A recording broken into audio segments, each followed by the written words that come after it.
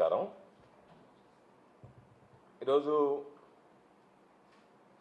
నెల్లూరులో నిన్నటి నుంచి అనేక రకాలైనటువంటి ఊహాగానాలు, పుకార్లు, డ్రామాల నేపథ్యంలో జరుగుతున్నటువంటి సంఘటనలతో పాటు కేవలం రోజువారీ కేసులకే పరిమితం కాకుండా ఒక ప్రధాన ప్రతిపక్షంగా వైఎస్ఆర్ కాంగ్రెస్ పార్టీ ప్రజల పక్షాన, రైతుల పక్షాన నిలబడేటువంటి పరిస్థితుల్లో ప్రజల సమస్యలను కూడా ప్రస్తావించాల్సినటువంటి అవసరం, బాధ్యత మా మీద ఉంది. కాబట్టి రెండు ప్రధానమైనటువంటి అంశాలు, రైతులు రాష్ట్రంలో ఎదుర్కొంటున్నటువంటి సమస్యలతో పాటు నిన్నటి నుంచి నెల్లూరుకు సంబంధించి ఎమ్మెల్యేల మీద హత్యా ప్రయత్నాలు జరుగుతున్నాయనేటువంటి దాని మీద రెండు విషయాలు కూడా ఈరోజు మాట్లాడాలనేటువంటి ఉద్దేశంతో ఈ పాత్రికేయుల సమావేశాన్ని ఏర్పాటు చేయడం జరిగింది. ఈరోజు రాష్ట్రానికి సంబంధించి గతంలో ఎన్నడూ లేనటువంటి విధంగా వ్యవసాయ రంగం పూర్తిగా తీవ్రమైనటువంటి సంక్షోభంలో కూరుకుపోవడం జరిగింది.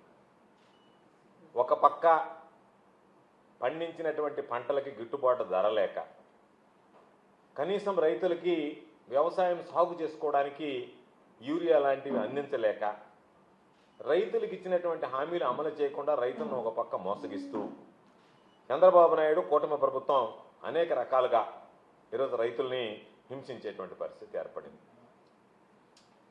ఒకసారి ఆలోచన చేస్తూ ఉంటే అసలు ఈ రాష్ట్రంలో ప్రభుత్వం అనేటువంటిది ఉందా, పని చేస్తుందా, ఎవరి అవసరాల కోసం ఎటువంటి బాధ్యతలు నిర్వర్తిస్తుంది అనేటువంటిది ఆలోచన చేస్తే దాదాపుగా ఏదో కొన్నిటికి మాత్రమే లోబడి పనిచేస్తుంది తప్ప ప్రజలు కానీ, రైతులకు సంబంధించి కానీ విస్తృత ప్రయోజనాలను దృష్టిలో ఉంచుకుని పనిచేసేటువంటి పరిస్థితుల్లో చంద్రబాబు నాయుడు గారు లేదు. ఎందుకంటే చంద్రబాబు నాయుడు గారు ఇప్పుడు కూడా విన్నాం మనం అనేక సందర్భాల్లో, నాది చాలా పెద్ద విజనరీ, నేను చాలా పెద్ద విజన్ కలిగినటువంటి వాడిని అని చెప్పి నేను అడిగేది, చంద్రబాబు నాయుడు విజన్ అనేటువంటిది కనీసం రైతులకు యూరియా ఇవ్వలేనటువంటి నీ విజనరీ, నీ విజన్ దేనికి పనికొస్తుంది ఆంధ్ర రాష్ట్రానికి అని చెప్పి సమాధానం చెప్పాల్సినటువంటి అవసరం ఉంది. దాదాపుగా 65% మంది రైతులు వ్యవసాయం మీద ఆధారపడి ఉంటే ఈరోజు వ్యవసాయ రంగం పూర్తిగా నిర్వీర్యం అయిపోతుంటే దాని గురించి సమీక్షించేటువంటి సమయం లేకుండా ఒక పనికిమాలినటువంటి వ్యక్తిని తీసుకొచ్చి వ్యవసాయ శాఖ మంత్రిని చేసి నిద్రలేస్తే ఏ విధంగా కమిషన్లు దండుకోవాలని చెప్పి అధికారులను పురమాయించుకొని మీరు దళారీలుగా వ్యవహరించండి అని చెప్పేటువంటి వ్యక్తిని తీసుకొచ్చి ఆ స్థానంలో కూర్చోబెట్టి రైతులకు ద్రోహం చేస్తున్నాడు తప్ప చంద్రబాబు నాయుడు ఎక్కడ రైతులకు న్యాయం చేయాలి, రైతులకు అండగా నిలవాలన్నటువంటి ఆలోచన కనీసం లేకుండా పోయింది. నిద్ర లేచినప్పటి నుంచి రైతు ప్రయోజనాల గురించి ఆలోచన చేసేటువంటి సమయము, తీరిక, ఓపిక లేదు. ఏ విధంగా కలెక్షన్లు రాబట్టుకోవాలనేటువంటి ఉద్దేశంలోనే దగ్గర ముఖ్యమంత్రి దగ్గర నుంచి, ముఖ్యమంత్రి కార్యాలయం దగ్గర నుంచి కింద స్థాయి ఎమ్మెల్యేలు, చోటా మోటా నాయకులు దాకా ఏ విధంగా మనం దోచుకుందాం ప్రజలకు సంబంధించి అనేటువంటి ఆలోచన తప్ప ఎవరి అవసరాలు తీర్చాలనేటువంటిది పూర్తిగా దాని మీద దృష్టి పెట్టేటువంటి పరిస్థితిలో లేదు. వ్యవసాయ శాఖ అయితే దాని ప్రాధాన్యతనే కోల్పోయింది. అసలు వ్యవసాయ శాఖ మూతబడిపోయింది. ఈరోజు ఒక్కసారి ఆలోచన చేస్తే చంద్రబాబు నాయుడు మొత్తం ఆ శాఖ నీరసపడిపోయింది. ఈ మధ్యన చూసాం, జగన్మోహన్ రెడ్డి గారు ముఖ్యమంత్రిగా ఉన్నప్పుడు మేము వ్యవసాయ యాంత్రీకరణ కింద ట్రాక్టర్లు కానీ, అదేవిధంగా ఆ రోజు వరి కోత యంత్రాలు ఇస్తే ఈ రోజులాగా మీరు దళారులుగా వ్యవహరించండి, గతంలో రైతు రథం పేరుతో ఏ విధంగా దోచుకున్నారో మనం చూసాం. మేము ఆ విధానాలు పాటించలే.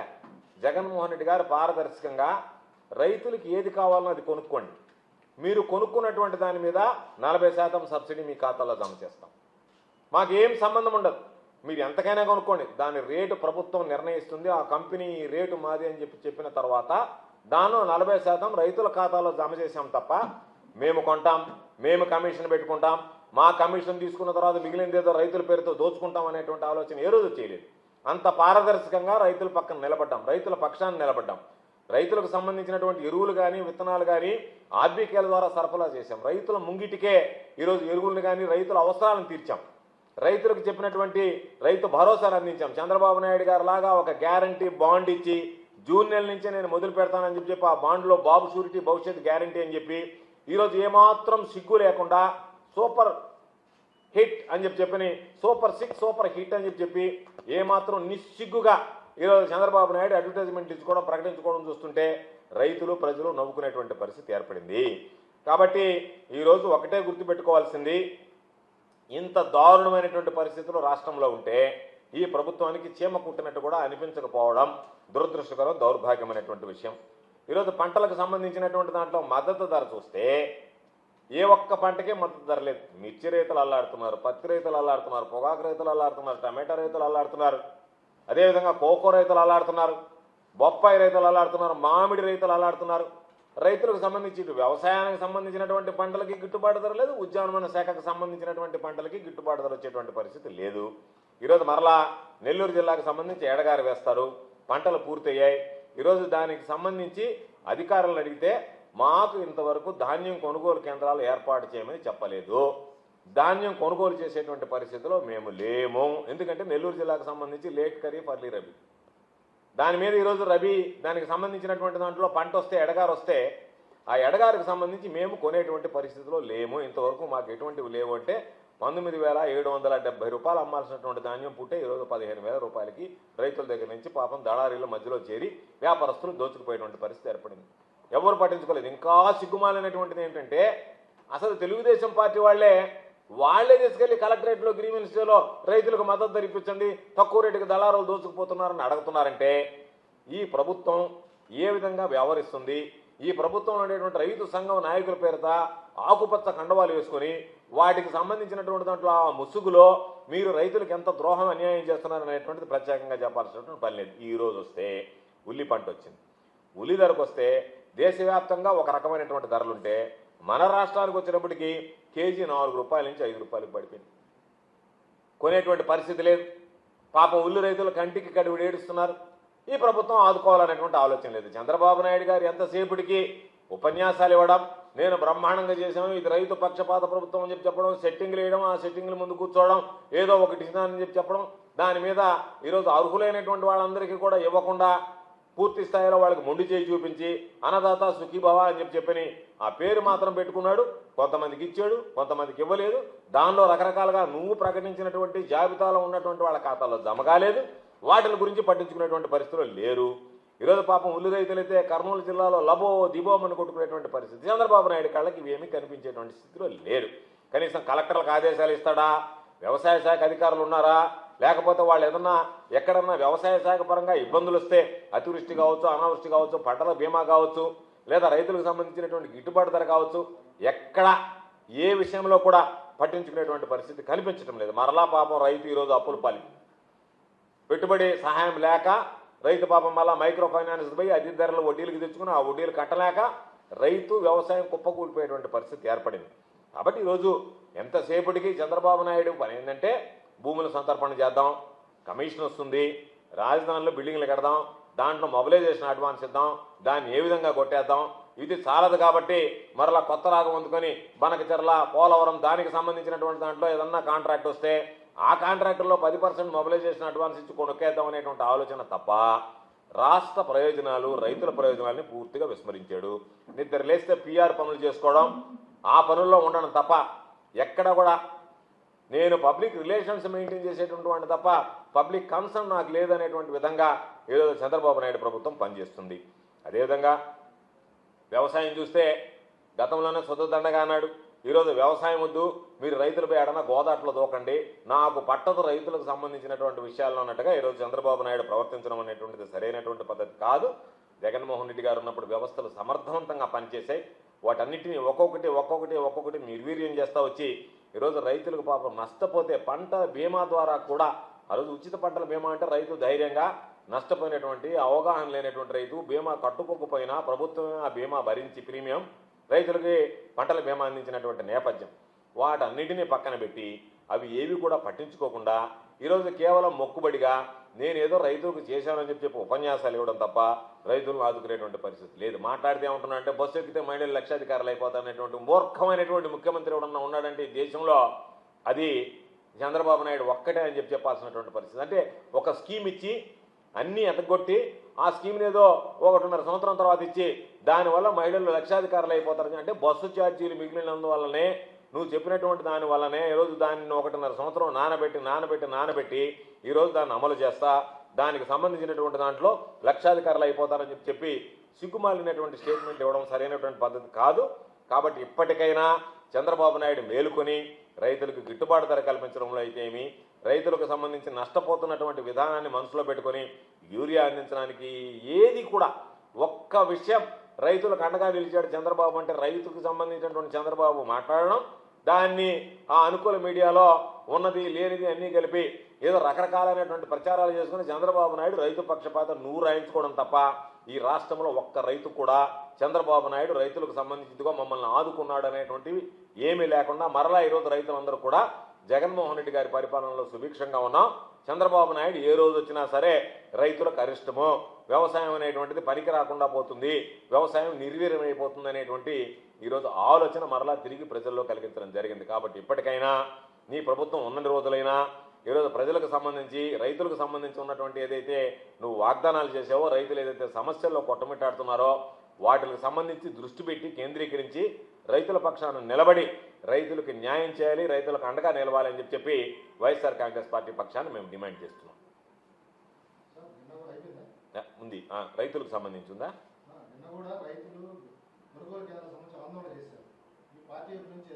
ఖచ్చితంగా రైతులకు సంబంధించి అడిగాం. ఇప్పుడే పంట మొదలవుతుంది, పంటకు సంబంధించి రైతులకు సంబంధించి గిట్టుబాటు ధర ఇవ్వడం లేదని అడిగాం. దాని మీద పోరాటం, నేరుగా వెళ్ళి రైతుల దగ్గర ఏదైనా దళారీలు దోచుకుంటుంటే వాటిని అన్నింటిని చూడడం, ఈ ప్రభుత్వానికి సంబంధించి ప్రభుత్వం మరలా రైతులు కొనుగోలు చేసేదానికి మా పోరాటం అనేటువంటిది ప్రారంభిస్తాం, కొనసాగిస్తాం.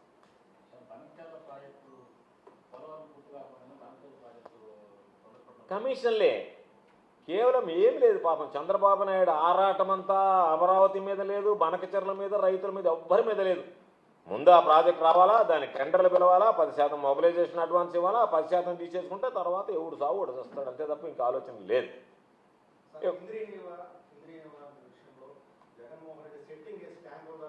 ఎవడో బుద్ధి మాలిన వాడు నేను చెప్తానండి, బుద్ధి మాలిన వాడు మాట్లాడే మాటలు తప్ప జగన్మోహన్ రెడ్డి గారు అనేటువంటి వాడు లేకపోతే చంద్రబాబు నాయుడు ముఖం, చంద్రబాబు నాయుడు జీవితంలో హంద్రీనేవాకు సంబంధించి నీళ్ళు ఇచ్చే పరిస్థితి లేదు. ఎన్ని సంవత్సరాలు చంద్రబాబు నాయుడు పనిచేశాడు? 14 సంవత్సరాలు పనిచేసినటువంటి ఆ పెద్ద మనిషి 14 సంవత్సరాల్లో నీళ్లు ఇవ్వకుండా జగన్మోహన్ రెడ్డి గారు ఇచ్చి పూర్తి చేస్తే ఏమాత్రం సిగ్గు శరం లేకుండా మీరు సెట్టింగ్లు వేసి నీళ్ళు ఇచ్చారు నేను ఇస్తానంటే 14 సంవత్సరాలు నిద్రపోయావు, 14 నెలల్లో నువ్వు నీళ్లు ఇవ్వగలిగావా? నీళ్ళు ఇచ్చి రైతులను ఆదుకునేటువంటి ఆ మనసు, ఆ శక్తి, ఆ స్థాయి చంద్రబాబు నాయుడు 100 జన్మలు ఎత్తినా రాదు.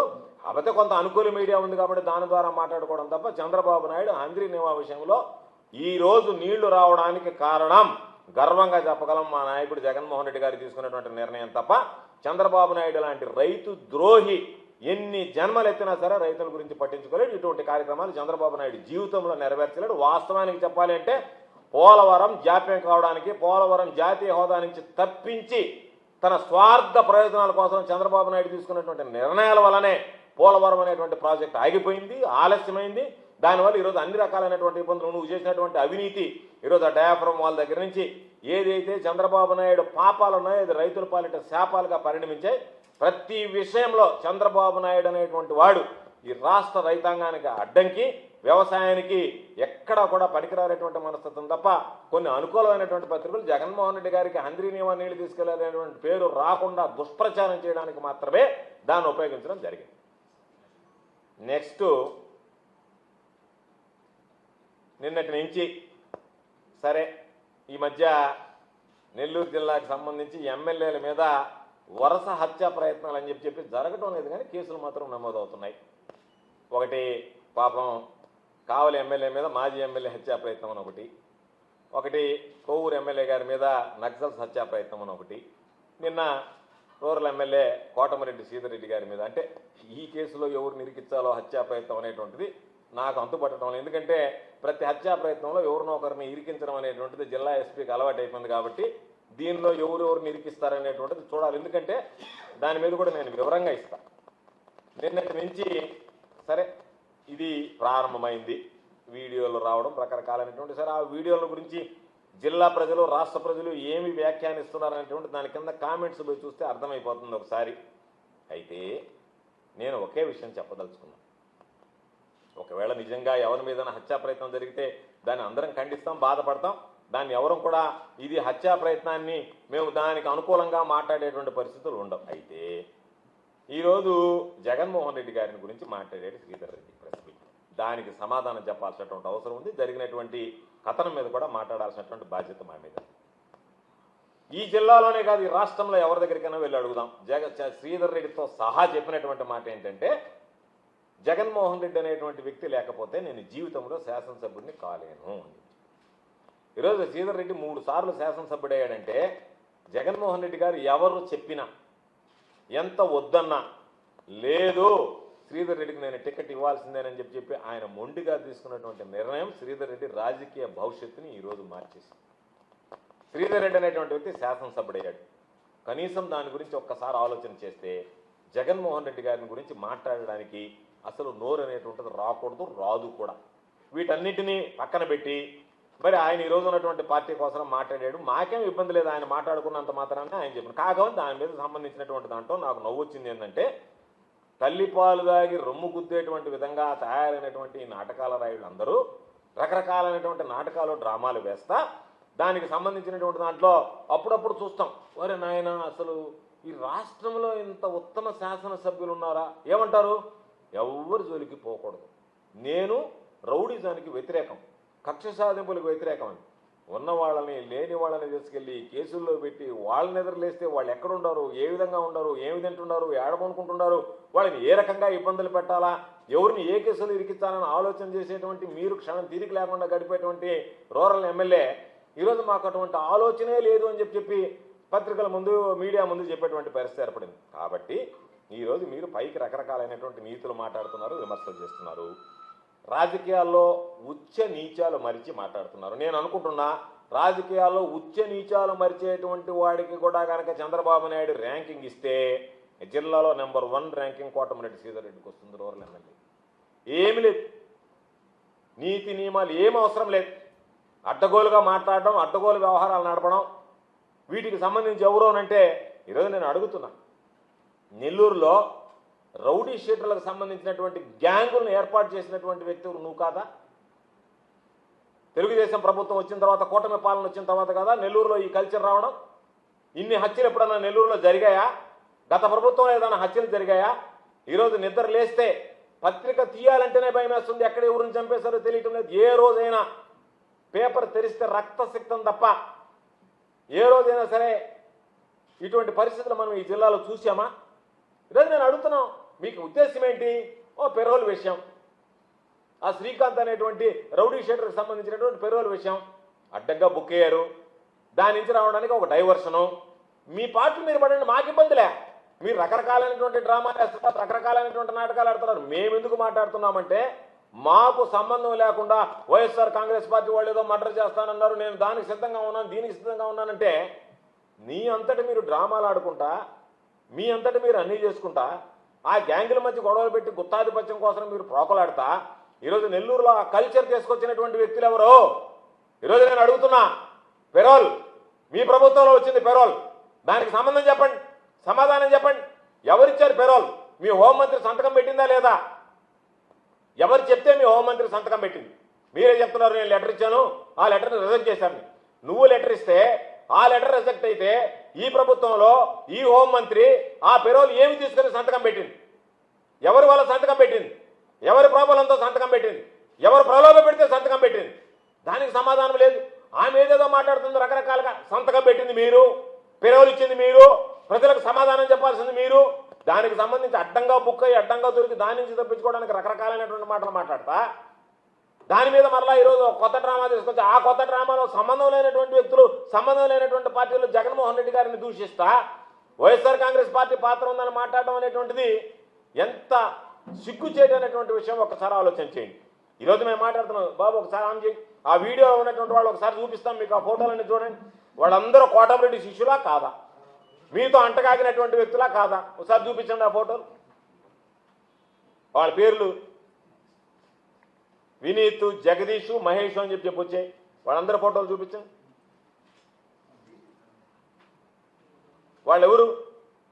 వాళ్ళు ఎవరితో సంబంధం ఉంది? వాళ్ళందరూ ఎవరితో అంటగాగారు? ఎవరి దగ్గర తిరిగారు?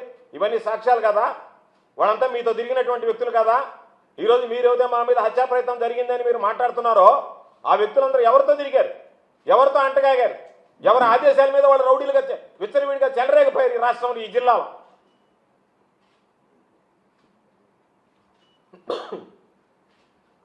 కాబట్టి అడ్డంగా దొరికిపోయిన తర్వాత దాని నుంచి తప్పించుకోవడానికి ఈరోజు మీరు డ్రామాలు ఆడతా అనవసరంగా మమ్మల్ని తీసుకొచ్చి సంబంధం లేనటువంటి వ్యక్తుల్ని మా నాయకుడిని తీసుకొచ్చి ఈరోజు మీరు మాట్లాడుతున్నారు.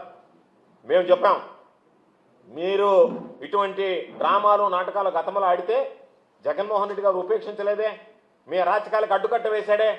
ప్రభుత్వ ఉద్యోగుల దగ్గరికి మీరు వెళ్తే నేరుగా మీ మీద కేసు పెట్టించాడు. ఆ రోజు కేసు పెట్టించి మీ మీద ఆ రోజు కోర్టు దాకా తీసుకువెళ్లారే. చంద్రబాబు నాయుడుకి ఆ ధైర్యం లేదే. ఎవరు పెరోలు ఇప్పించారు, ఎవరు బాధ్యులు వాళ్ళ మీద చర్యలు తీసుకుందామనేటువంటి ఆలోచన లేదే. ఈరోజు ఈ రౌడీ గ్యాంగ్ని పెంచి పోషించినటువంటి వాళ్ళు ఎవరు అనేటువంటిది ఒక్క నిమిషంలో సమాధానం చెప్పగలరు. ఒక పోలీసు ఎంక్వైరీ ఎవరన్నా ఇప్పుడున్నటువంటి అసమర్థుడు అనేటువంటి ఎస్పీ కాదు. ఏదైనా సమర్థవంతమైనటువంటి వాళ్ళని ఒక టీంని ఏర్పాటు చేస్తే ఈ రౌడీ గ్యాంగుల వెనక ఎవరున్నారు, ఈ పెరోలు కథ ఏంది, ఈ రౌడీలకు సంబంధించినటువంటి దాంట్లో వీళ్ళు ఎవరితో అంటకాకారు, వీళ్ళకి సంబంధాలు ఏమున్నాయి, నిద్రలేస్తే వాళ్ళు ఏ విధంగా వ్యవహరించారు ఈ జిల్లాలో అనేటువంటి విషయాల మీద స్పష్టత వస్తుంది కదా. ప్రభుత్వం మీదే ఉందా, మీ చేతుల్లోనే ఉంది కదా. వాటన్నిటిని పక్కన పెట్టి మీరు చేసినటువంటి మీ పార్టీలో చేసినటువంటి వాళ్ళని తప్పుల్ని పక్కన పెట్టి సంబంధం లేనటువంటి వ్యక్తుల గురించి మా పార్టీల గురించి మాట్లాడడం అనేటువంటిది ఎంత ప్రజలు చేసడించుకుంటారు, ప్రజలు ఎంత చీకొడతారు అనేటువంటి విషయం కూడా లేదు. అందుకనే మేము ఉన్నప్పుడు ఇటువంటి పరిపాలన లేదు. శ్రీధర్ రెడ్డి లాంటి వ్యక్తి ఒక ప్రభుత్వ ఉద్యోగం మీదకి పోతే ఆ రోజు జగన్మోహన్ రెడ్డి గారు విచారణ జరుపుతున్నాడు, డీజీపీకి చెప్పాడు. డీజీపీ ఆయన ఢిల్లీకి వెళ్తూ డీజీపీని నేను సాయంకాలం వచ్చే లోపల విచారణ పూర్తి చేసి నాకు చెప్పండి అన్నాడు.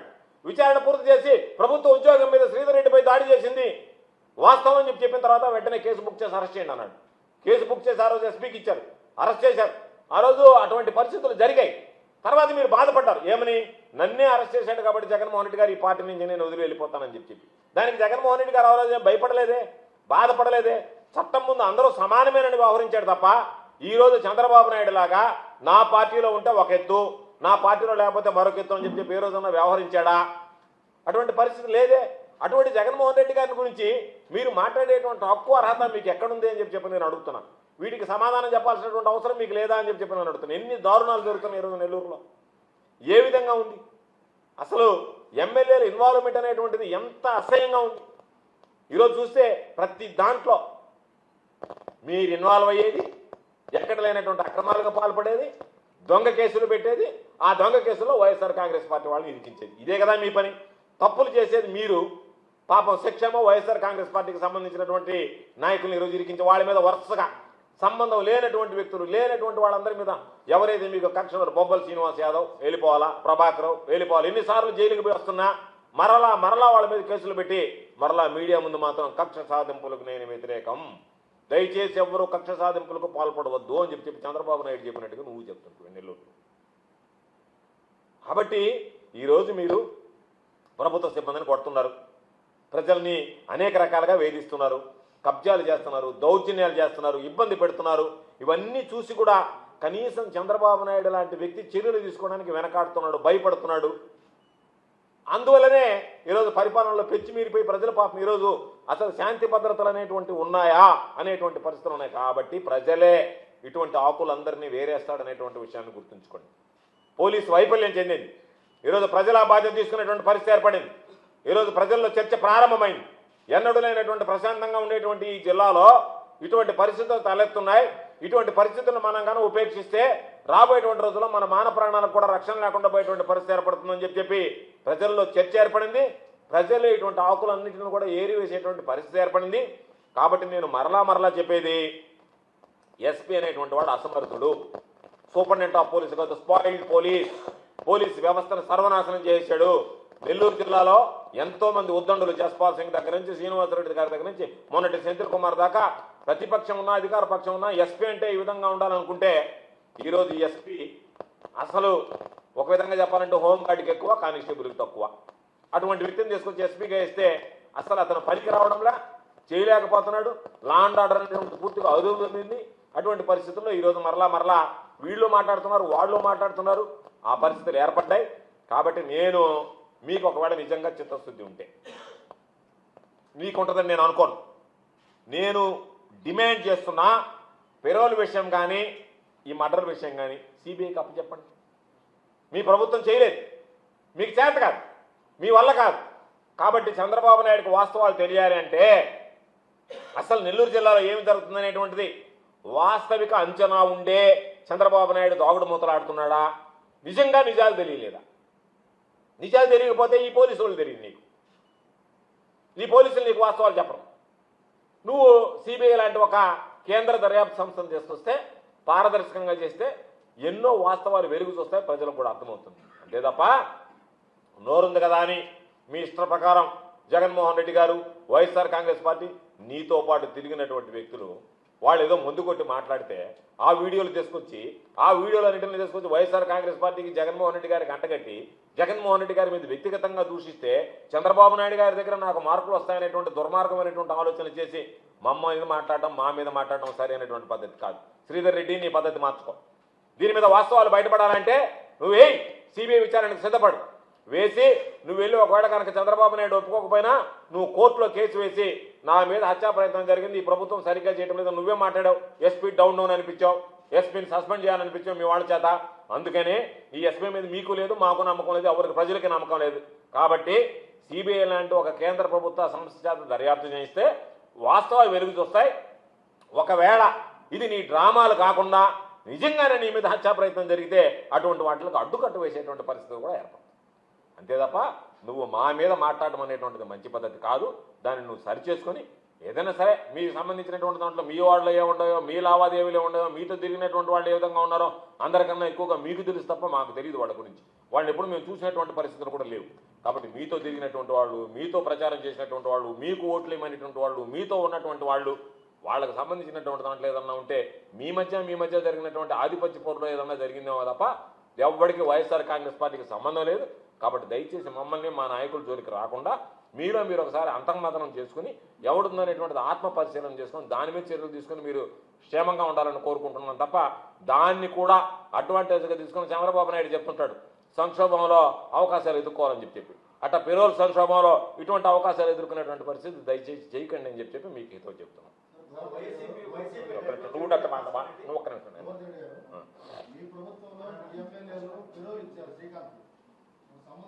నేను ఒక్క మాట చెప్తా. ఇచ్చారు. ఎవరు ఇచ్చారు? ఎవరైతే ఆ రోజు ఎమ్మెల్యేలుగా ఉన్నటువంటి వ్యక్తులు ఉన్నారో ఈరోజు వాళ్ళంతా తెలుగుదేశం పార్టీలోకి పోయినటువంటి వాళ్ళే. ఆ రోజు ఉన్నటువంటి వాళ్ళు వీళ్ళే, ఈ రోజు అక్కడ ఉన్నటువంటి వాళ్ళు వీళ్ళే. కాబట్టే వీళ్ళు వెళ్ళి ఆ రోజు ఏదైతే మాట్లాడి పెరోలు ఇప్పించారో ఎవరైతే ఉన్నారో వాళ్ళు ఈరోజు పార్టీ మరి అదే పరిస్థితి కొనసాగుతుంది. మా దగ్గర ఉన్నప్పుడు మేము తప్పు చేయలేదని చెప్పాలి. ఆ రోజు చెప్పాం వీళ్ళు ఇచ్చారు అని చెప్పాం. ఇచ్చిన దానికి కారణాలు చెప్పాం. నేను చెప్పేది ఏంటంటే పెరోల్ విషయంలో ఈరోజు మీరు ఇచ్చినటువంటి పెరోలుకు సంబంధించి మా మీద ఎందుకు మోపుతున్నారో అని అడుగుతున్నా నేను. మీరు చేసినటువంటి తప్పు ఆ రోజు వాళ్ళు ఏం చేశారు, మీరు చేసినటువంటి తప్పు మేము ఈ తప్పు చేసామని ఒప్పుకోండి. అంతే తప్ప మీరు ఈరోజు తప్పు చేసి ఆ రోజు మీరు తప్పు చేశారు కదా అని మాట్లాడుతున్నారు తప్ప ఈ రోజు తప్పుల గురించి మీరు ఎందుకు మాట్లాడలేకపోతున్నారు? ఈ రోజు జరిగింది, ఈ రోజు వాస్తవాలు బయటకు వచ్చాయి. ఎవరికైనా నెల రోజులు పెరోలు ఇస్తారా? ఇచ్చేటువంటి దానికి ఉన్నాయా? అందరు రిజెక్ట్ చేస్తే నెల రోజులు 15 రోజులు ఇచ్చి 15 రోజులు ఎక్స్టెన్షన్ చేయాలి. నెల రోజులు పెరోలు ఇచ్చినటువంటి పరిస్థితి ఎందుకు ఇచ్చారు? దాని మీద మాట్లాడండి. అయ్యా మేము ఇచ్చాం, మాది పొరపాటు జరిగింది కాబట్టి మీరు దీన్ని వదిలిపెట్టి అక్కడ జరిగింది ఇట్లా జరిగిందని మాట్లాడుతున్నారు తప్ప ఈ పెరోల మీద ఎవరు సంతకం పెడితే ఇచ్చారు? శ్రీధర్ రెడ్డి సంతకం పెట్టి లెటర్ ఇచ్చారని ఒప్పుకున్నాడు. హోంమంత్రి సంతకం పెడితే పెరోలు ఇచ్చారు. కాబట్టి ఈ ప్రభుత్వంలో మీరు ఎవరు ఇచ్చారంటే మేము అదే. ఆ రోజు మా ప్రభుత్వంలో అధికారం చలాయించినటువంటి వాళ్ళు, శాసనసభ్యులుగా ఉన్నటువంటి వాళ్ళు ఆ రోజు చేసినటువంటి పనులే ఈ రోజు ఈ ప్రభుత్వం వచ్చిన తర్వాత కూడా చేస్తున్నారు. కాబట్టి ఆ రోజు మేము అరికట్టలేకపోయినా వీళ్ళందరూ ఉన్నటువంటి దాంట్లో మా దృష్టికి వచ్చినటువంటి అరికట్టాం. అరికట్టలేకపోయినటువంటి ఒకటారా ఉండొచ్చు. కానీ ఈ రోజు ఇచ్చినటువంటి పేరోలు ఈ రోజు ఇష్యూ జరిగింది. ఆ రోజు ఇవన్నీ బయటకు రాలే. ఈ రోజు బయటకు తీసుకొచ్చి వాళ్ళ ద్వారా రౌడీజం చేస్తున్నారు, గూండాజం చేస్తున్నారు, మర్డర్ చేస్తున్నారు, బెదిరిస్తున్నారు, వాళ్ళ దగ్గర ఎక్స్టార్షన్స్ జరుగుతున్నాయని చెప్పి ఈ రోజు బయటకు వచ్చింది. దాని వెనక ఉద్దేశం ఏంది? ఈ రోజు మీరు పెరోలు ఇచ్చి వాళ్ళని తీసుకొచ్చి సంఘ విద్రోహ శక్తుల్ని రెచ్చగొట్టేటువంటి విధంగా తయారైంది. ఆ రోజు పెరోలు ఇచ్చినప్పుడు ఇవన్నీ బయటకు రాలేదే, వెలుగు చూడలేదే. ఏ విధంగా సంఘ విద్రోహ శక్తులు పెచ్చిమీడిపోయాయి, లేడీ డాన్లు అని చెప్పి ఈ రోజు మనం విన్నాయి, ఆ రోజు వినలేదే. ఎవరన్నా చాలా మందికి పెరోలు ఇచ్చుండొచ్చు. ఆ పెరోలు ఇచ్చినా కూడా పెరోలు రావడం, పెరోలు తీసుకుని వెళ్ళిపోవడం తప్ప ఆ పెరోలు ఇచ్చినటువంటి వ్యక్తుల ద్వారా ఈ రోజు పత్రికల్లో వచ్చినట్టు, మీడియాలో వచ్చినట్టు, ప్రజల్లో చర్చ వచ్చినట్టు ఆ రోజు ఎప్పుడైనా ఎక్కడైనా ఇంత విచ్చలవిడిగా ప్రవర్తించి ఇంత రౌడిజం జరిగిందా? అందుకని మేము అడుగుతున్నాం, ఈరోజు మీరు ఇచ్చినటువంటి దానివల్ల ఈరోజు రౌడీజం జరిగింది అనేటువంటిది వస్తుంది. అటువంటి వ్యక్తులకు ఇచ్చి ఎవరు దీని వెనక చేరి రౌడీజాన్ని ప్రోత్సహించారు, ఎవరు వీడు వెనక చేరి హత్యను ప్రోత్సహించారు, ఎవరు వీడు వెనక చేరి బెదిరింపులకు ప్రోత్సహించారు, ఎవరు వీడు వెనక బ్లాక్మెయిల్కి పాల్పడి డబ్బులు వసూలు చేశారు, దానికి సమాధానం చెప్పంటే దానికి సమాధానం చెప్పడాక అక్కడ హత్య జరిగిందంటారు, ఇక్కడ హత్య జరిగిందంటారు, అది జరిగిందంటారు, ఇది జరిగిందంటారు. డైవర్షన్స్ వద్దు. పెరోలు చాలా మందికి ఇస్తారు, మానవతా దృక్పథంతో కూడా పెరోలు ఇస్తారు. రౌడీ షీటర్ అనేది మాత్రమే పెరోలు ఇవ్వాల్సిన అవసరం పెరోలు ఇవ్వద్దని మేము అంటాంలే, పెరోలు మేము వ్యతిరేకమని చెప్పడంలే. పెరోలు ఇచ్చి ఆ పెరోలు ఇచ్చినటువంటి వెనక మీరు చేస్తున్నటువంటి నేరాలు ఘోరాలకు సంబంధించి ఈరోజు మీడియాలో వచ్చే ఆ నేరాల ఘోరాలకు పాల్పడుతున్నారని, నేరాలు ఘోరాలకు పాల్పడడానికి పురమాయించేటువంటి వ్యక్తికి పెరోలు ఇచ్చినారు మీరు, కాబట్టి తప్పు చేశారు, సరిదిద్దుకోలేనటువంటి తప్పు చేశారు. మీరు పెరోలు ఇచ్చిందని ఎవరు తప్పట్టంలే, ఎవరు మాట్లాడలే. పెరోలు ఇచ్చినటువంటి వ్యక్తులు ఏ విధంగా ప్రవర్తించారు, ఏ విధంగా ప్రవర్తిస్తున్నారు, ఆ విధంగా ప్రవర్తించడానికి మీరు ఇచ్చినటువంటి భరోసా కారణం కాదా, దానికి సమాధానం చెప్పమంటారు. ఏం లేదు, నేను అదే చెప్పేది. ఇప్పుడు నేను నిలబడ్డాను, చాలామంది వస్తారు, బొకేలు ఇస్తారు, ఫోటోలు తీసుకుంటారు, వెళ్ళిపోతారు. మేము అంతిమంగా అడిగేది ఏంది, మీకు సంబంధించి ఎవరు లెటర్ ఇచ్చారు, ఎవరి పాత్ర ఉంది, ఈరోజు వాళ్ళ వెనక ఎవరు చేరనేటువంటిది పోలీసు విచారణలో తేలాలి. పోలీసు విచారణలో తేలాలి అంటే ఆ వ్యక్తి బయటపడుతుందని చెప్పి తీసుకెళ్ళి ఒక అక్రమ కేసు పెట్టి లోపలేశారు. కారణం ఏంది, విషయాలు బయటకు రాకూడదు కాబట్టి నేను అనేది ఏంటంటే, మీరు చేసినటువంటి తప్పులు, మీ దుర్మార్గం, మీ వెనక ఉన్నటువంటిది ఏదన్నా ఉంటే వాటిని మాట్లాడుకోండి. వాళ్ళతో ఎవరికి సంబంధాలు ఉన్నాయనేటువంటిది, వైఎస్ఆర్ కాంగ్రెస్ పార్టీతో ఏమి సంబంధాలు ఉన్నాయి, తెలుగుదేశం పార్టీకి సంబంధించినటువంటి వాళ్ళతో ఏమి సంబంధాలు ఉన్నాయి, వాళ్ళు ఎవరితో అంటగాగారు, ఎవరితో ఉన్నారనేటువంటిది బహిరంగ రహస్యం. కాబట్టి మీరే చెప్పి మీరే పెరోలు ఇచ్చి మీ హోంమంత్రి సంతకం పెట్టి ఆమె మాట్లాడేటువంటి మాట చూస్తుంటే నాకు నవ్వాలని ఆడవాళ్ళని కూడా అర్థం కానటువంటి పరిస్థితి.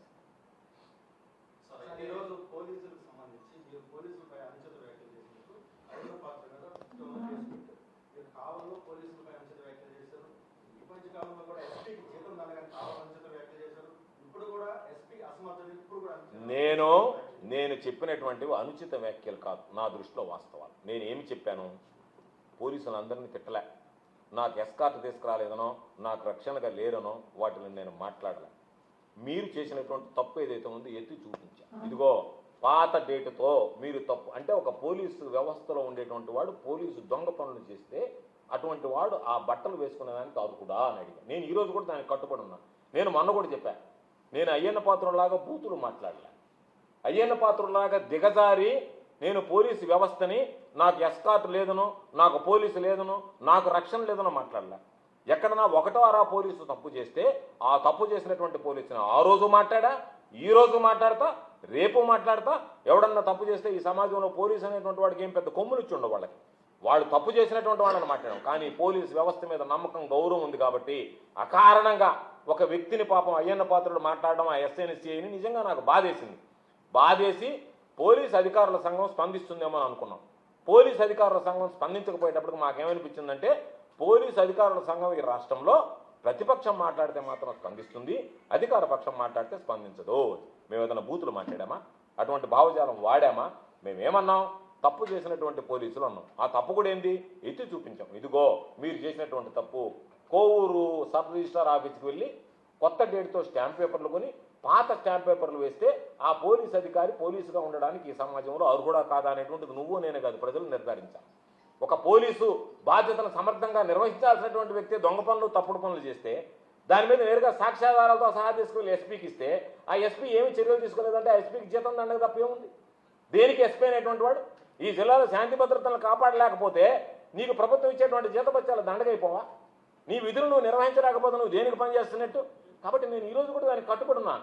జిల్లా ఎస్పీ అనేటువంటి వాడు ఉన్నాడా, జిల్లా ఎస్పీ అనేటువంటి వాడు పనిచేస్తున్నాడా, పని చేస్తే ఇన్ని హత్యలు ఎప్పుడన్నా జరిగాయా, ఈ విధమైనటువంటి వాతావరణం ఎప్పుడన్నా ఉందా ఈ జిల్లాలో, అది ప్రజలు నిర్ణయించుకోవాలి, నేను మాట్లాడడం కాదు. కాబట్టి ఇవన్నీ జరిగినాయి.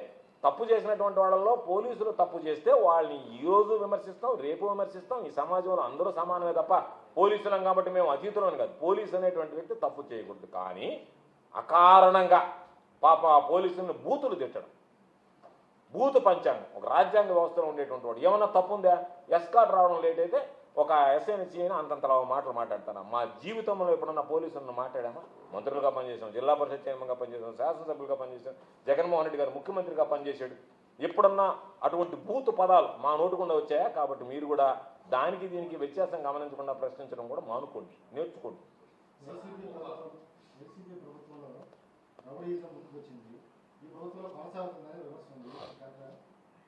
వైసీపీ ప్రభుత్వంలో మన నెల్లూరు జిల్లాలో పోల్చుకుంటే ఇంత దారుణమైనటువంటి పరిస్థితులు ఎప్పుడన్నా చూసాం జరిగాయా? ఇప్పుడు ఈరోజు వరుసగా మనుషుల మీద హత్యలు జరుగుతూ ఉన్నాయి, ఎమ్మెల్యేల మీద హత్యా ప్రయత్నాలు జరుగుతున్నాయని చెప్పి వాళ్ళే మాట్లాడుతున్నారు తెలుగుదేశానికి సంబంధించి. ఇటువంటి నేపథ్యం, ఇటువంటి పరిస్థితి, అదేవిధంగా తప్పుడు కేసులు. ఈరోజు మనం చూస్తే ఒక కేసు పెట్టడం, కావలి ఎమ్మెల్యే మీద కేసు పెట్టి ఆ కేసు ఎఫ్ఐఆర్ అయ్యి ఆ కేసు హైకోర్టులో విచారణకు వస్తే విచారణకు వచ్చిన రోజు ఎస్సీ ఎస్టీ యాడ్ చేస్తారా?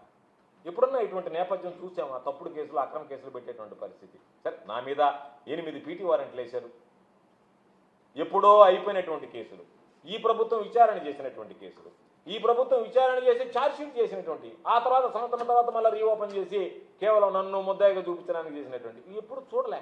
కొత్త కొత్త సాంప్రదాయాలన్నీ పరిచయం చేశారు. అప్పుడు రౌడిజం లేదు, అప్పుడు ఎవరన్నా చేసినా ఉపేక్షించలేదు. ఈరోజు కూడా మేమనేది, ఆ రోజు జగన్మోహన్ రెడ్డి గారు ఎంత మేర వీలేదు. ఈరోజు నేను చెప్తున్నా, శ్రీధర్ రెడ్డి మా పార్టీని వదిలిపోవడానికి కారణం ఏంటి? శ్రీధర్ రెడ్డి ఆ రోజు ఒక అధికారి మీదకి పోతే జగన్మోహన్ రెడ్డి గారు చర్యలు తీసుకున్నాడు. ఈరోజు చంద్రబాబు ఆ పరిస్థితిలో ఉన్నాడా? లేడే. ఆ పరిస్థితి ఈ విధంగా ఉండదే.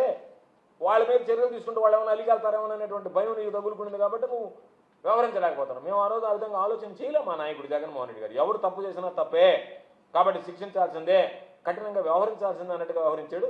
దాని పర్యవసనాలు కావాలంటే ఈరోజు కొంతమంది వెళ్ళిపోయి ఉండొచ్చు, కొంతమంది బాధపడి ఉండొచ్చు. ఏది ఏమైనా ఆ రోజు న్యాయంగా, ధర్మంగా జగన్మోహన్ రెడ్డి గారు ముఖ్యమంత్రిగా వ్యవహరించాడు. ఆయన పరిపాలన ఆ విధంగా సాగింది.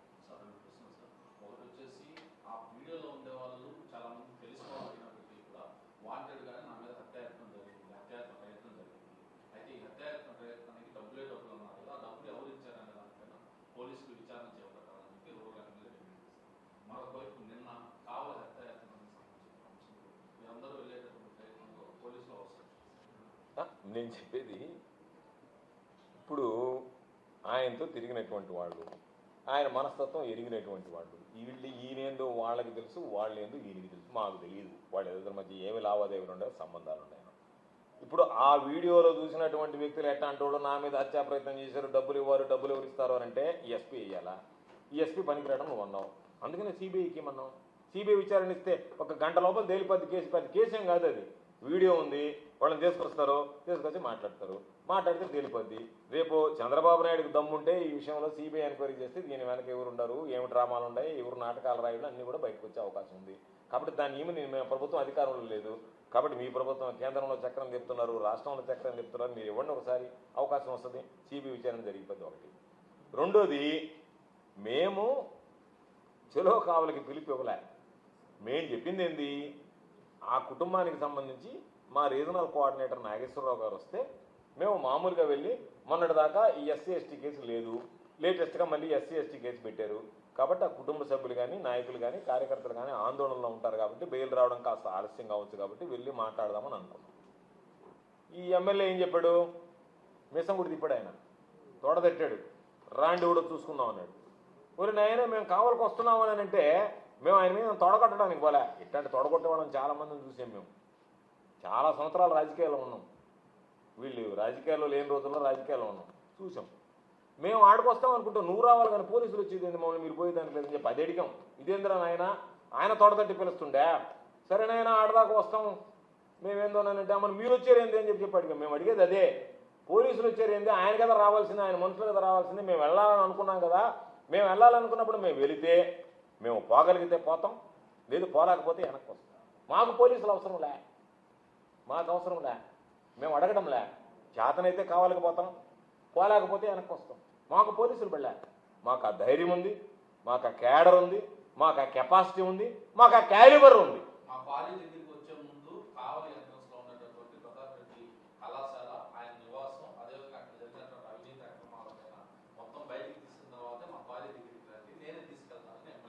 నేను చెప్పేది, నువ్వు ఇతిమిద్దంగా ఆయన దగ్గర ఈ జరిగాయి, ఈయన దగ్గర నీ మీద వచ్చినటువంటి అవినీతి ఆరోపణకి ఏదో చెప్పిన సమయంగా నువ్వు బురద పోసుకున్నావు కాబట్టి ఆయన బురద పోయాలా, ఆయన బురద పోసుకున్నాడు కాదు. నీ దాంట్లో అవినీతి అక్రమాలు జరిగాయా లేదా? లేదు అనుకుంటే రేపు అవినీతి అక్రమాలు జరిగాయనేటువంటిది మేము వెళ్ళి చూస్తాం. అవినీతి అక్రమాలు జరిగాయా, ఎంత మేర నువ్వు దోచుకున్నావు అనేటువంటిది అర్థమవుతుంది. అక్కడికి వెళ్ళాలి అంటే నీకన్నా ముందు పోలీసులు పరిగిస్తున్నారు కదా, ఆడకపోతే నీ అవినీతి అక్రమాలు బయట బయలుతున్నావు, వాళ్ళని ఉచుకొలుపుతున్నావు, వాళ్ళని పురుకొలుపుతున్నావు, వాళ్ళు పరిగిస్తున్నారు. కాబట్టి ఇటువంటివి చాలా చూసాం. రాజకీయాలలో ఉన్నటువంటి వాటిలో ఇటువంటి ఉడత బెదిరింపులకు భయపడేటువంటి పిరికి వాళ్ళం కాదు. అందుకే నిన్న కావల దాకా పోయేస్తామని అన్నాం. మీరే భయపడ్డారు, ఉలికి పడ్డారు. ఓయమ్మా వీళ్ళు కావలకు వస్తున్నారా, వీళ్ళని ఏ విధంగా అడ్డుకోవాలనేటువంటి ఆలోచన మీరు చేశారు. కావల రావడానికి మేము భయపడలే, మీరు పిలిచారు. మేము మీ పిలుపుతో సంబంధం లేకుండానే వద్దాం అనుకున్నాం, వచ్చాం. మేము పిలిచాం కాబట్టి వీళ్ళు వస్తున్నారు కాబట్టి వీళ్ళు వస్తే మళ్ళీ మన మీద ఏదన్నా జరగద్దేమని చెప్పి మీరు భయపడి పోలీసులకు ఇచ్చి ఆ పోలీసులను మా ఏళ్ళ చుట్టూ పెట్టి ఆ పోలీసులు వచ్చి మమ్మల్ని బతిలాడుకున్నారు. సార్ మీరు బయటకు పోబాకని దారి పొడికి ఈత పోలీసులు పెట్టారు. మొన్న నేను చూసా, నేను మంత్రి వచ్చేటప్పుడు కూడా అంతమంది పోలీసులు లేరు. మొన్న దారి పొడికితా గుంటూరు దాకా పోలీసులను పెట్టారు నాకు, నేను పోయేటప్పుడు గుంటూరుకు పోయేటప్పుడు. నేను పాపం ఆ నాగేశ్వరరావు గారు చెప్పాడు, ఇదేంటంటే నేను మంత్రి అయినప్పుడు కూడా ముందు ఒక పైలట్ పోయేది, కానీ ఈరోజు వెనక రెండు ఉన్నాయి ముందు రెండు ఉన్నాయి, బార్డర్ దాటించిన దాకా నన్ను అని చెప్పినాను. ఆయన పాపం సంతోషపడ్డాడు. అధికారం లేకపోయినా ప్రోటోకాల్ లేకపోయినా ఈ పోలీసుల పాపం నన్ను దగ్గరుండి తీసుకుపోయినారంటే మహానందపడ్డాడు పాపం ఆయన కూడా. మేము కూడా సంతోషపడ్డాం. దారి పొడికింత పోలీసులు జాగ్రత్తగా, ఎప్పుడో మళ్ళీ మనకి లేని వైభవం వచ్చిందిరా, వైభవం కనపడిందని ఆనందపడ్డాం.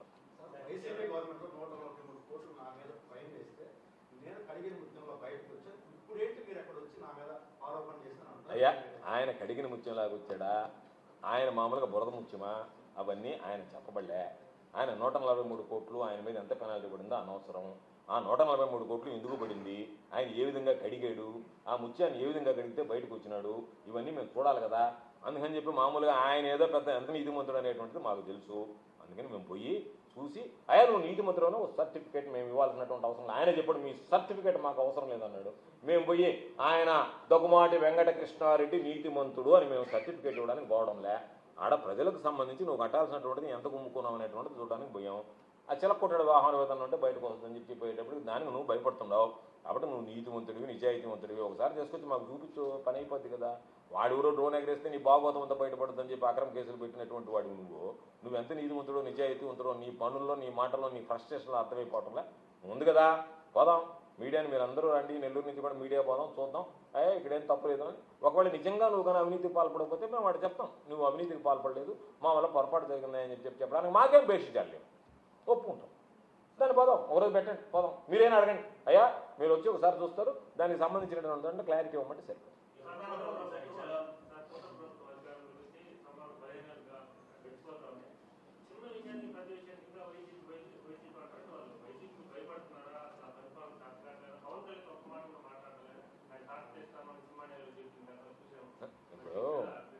వాళ్ళు వైఫల్యాన్ని కప్పుపుచ్చుకోవాలంటే శ్రీధర్ రెడ్డి కదా రౌడీ షీట్లు తీసుకొచ్చి మా మీద వేసినట్టుగానే కొన్ని రోత పత్రికలు ఏం రాస్తున్నాయంటే గతంలో రాయడం అనేటువంటిది ఆనవాయితీగా మారిపోయింది. వాటి గురించి పెద్దగా పట్టించుకోలేదు. కానీ ఈ ప్రభుత్వం విఫలమైంది అన్ని రంగాల్లో అనేటువంటిది స్పష్టంగా ప్రజలకు అర్థమైంది. రేపు సోమవారం నాడు వెళ్ళి కలెక్టర్ గారిని కలిసి అయ్యా జరిగినటువంటి అక్రమాలు నిగ్గు తేల్చండి అని చెప్పి అడుగుతాం. ఆయనకి పాపం ప్రభుత్వ ఒత్తిడి లేకపోతే అక్రమాల మీద నిగ్గు తేలుస్తాడు. ప్రభుత్వం నుంచి ఒత్తిడి వస్తే మేము ఇచ్చినటువంటి కాగితం పక్కన పారేస్తాడు. అటువంటి పరిస్థితి ఉత్పన్నమైనప్పుడు మేమంతటి మేముగా పోయి ప్రజలకి ఏ విధంగా ప్రజలు ఇచ్చినటువంటి ఈ అధికారాన్ని అడ్డుపెట్టి ఆ ఎమ్మెల్యే దోచుకుంటున్నాడో చెప్పాల్సినటువంటి బాధ్యత మా మీద ఉంది. కాబట్టి మేము వెళ్ళి దాన్ని చూసి ప్రజలు ఒకవేళ మేము వెళ్ళలేదు అంటేనే దాని అర్థం ఏంటంటే అక్కడ అవినీతి జరిగిందని చెప్పి చెప్పకనే చెప్పినట్టు లెక్క. పోలీసులు మమ్మల్ని అడ్డుకున్నారంటే దాని అర్థమైంది అక్కడ జరిగినటువంటి ఆ దొంగతనాన్ని మా కంట పడకుండా చేయడానికి పోలీసులను పురమాయించినట్టు లెక్క. అందుకని ఆ పరిస్థితులు ఏర్పడితే దానికి సంబంధించినటువంటి దాంట్లో ప్రజలు అర్థం చేసుకుంటారు. అందుకని రేపు చెలో అన్నవరానికి సంబంధించినటువంటి దాంట్లో సోమ మంగళవారాల్లో పిలుపునిచ్చి అందరం కూడా కలిసి వెళ్ళాల జిల్లా నాయకులని నిర్ణయం తీసుకోవడం జరిగింది. Thank you.